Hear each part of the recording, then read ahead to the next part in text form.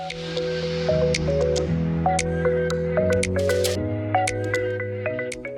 guys, welcome back to my channel. Happy New Year. I know this video is coming out a little bit later in the year. I know today's January 3rd. This should be up January 4th. I took the first couple of days of the new year to really sit down and like consolidate my thoughts and my resolutions. I've actually never done this before. Each year, like, I kind of always want to do like resolutions and stuff like that, but I've never taken the time to actually like write them down, really see how I was going to accomplish it and hold myself accountable. So this year, something I really wanted to do, and I feel like making a video about it kind of helps me keep myself accountable. 6 months from now, I plan on re-watching this video and kind of seeing like a progress from where I'm at, so stay tuned for that one too. So I kind of made an outline for all of my resolutions. I was able to put them in a total of 5 categories. Sorry if I keep looking down, it's because I have like this little notebook that I wrote everything down in. That's what I'm looking at. So the 5 categories that I have is things I want to start or things that I want to learn, my finances, my health, my marriage, and my career as a whole. One of the main things I want to start this year is I want to start my own book club. I really want this book club to really emphasize inclusivity, female empowerment. I want the books to reflect different messages that different females have.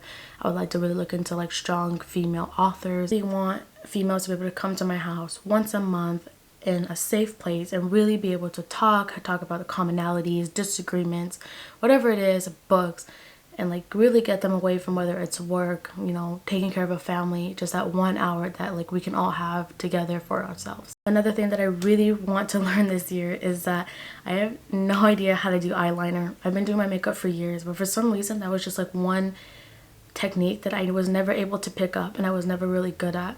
Each year I kind of teach myself something new. Last year I was on deployment and I took a lot of my deployment time to teach myself how to French braid.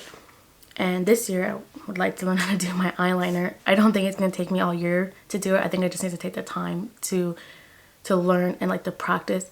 So I think this year I'm really going to tell myself, like, before I go to bed and wash my face, like whip out an eyeliner, put it on, try it, practice, and then eventually hopefully get better at it.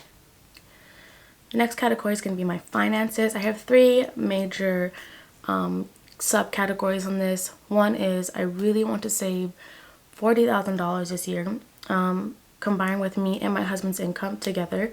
I think that is completely attainable. That, you know, I think that just means not buying the most expensive brand, maybe looking for coupons, maybe waiting to buy something when it's on sale. You know, be a little bit more money conscious when I'm purchasing things. So that's something that I definitely want to do this year and like really hold myself to it. And in conjunction with that, I really don't want to collect any more debt. If I don't have the cash to pay for it, then I don't want to purchase it. I don't want to put anything on credit. I don't want any debt at all this year. I really want to keep everything as minimal as possible. And on top of all that, I really want to take the time this year to educate myself on finances. My husband is all about finances. It's like his thing. And I've kind of always left it to him to really figure out on his own. But this year, like, I really want to take the time to learn it myself and not have everything just put on him. I know there's no reason why I still can't educate myself on it. Whether, you know, when it comes to like investing and stocks and all that. Sometimes it just takes 15 minutes a day, 20 minutes a day just to kind of educate yourself and slowly start building up your knowledge on the subject. And then pretty soon, like, I'll be able to understand it just as much as my husband does. Okay, so the third is going to be health, which usually is like a huge topic for a lot of people who are looking at resolutions. So one of the main things I want to do this year is I really want to prepare my mental health and body health for a child. I really would like to have a family and start a family this year. So this means making sure that I am taking my prenatals, even though, like, to kind of prepare my body, making sure I'm constantly like in a good mental mindset. Those are things that I think play huge factors when it comes to conceiving, and I want to make sure that I am on top of it. So another big thing I really want to look into this year is really trying to find my own definition of self-love. To some people, self-love means a multitude of different things. I don't judge anybody's view on what their definition of self-love is, but for me, I think that this year I'm really going to define my self-love as, you know, maybe not eating a piece of cake is me loving myself, or maybe to go into the gym is my self-love. Something to do with that. I really want to go ahead and kind of look at like the opposite of what like the typical definition of self-love is. You know, people kind of look at self-love as like indulgent, and really I want to look at it as really giving my body and my mental health like the best outcome it can have when it comes to the food I eat, the activities that I'm also partaking in. Also with my health category, I really want to be consistent with my self-love. That means like getting my nails done, you know, taking the time to do my face mask, maybe taking a bath, you know, really taking time to sometimes take my own like quiet time and thinking time.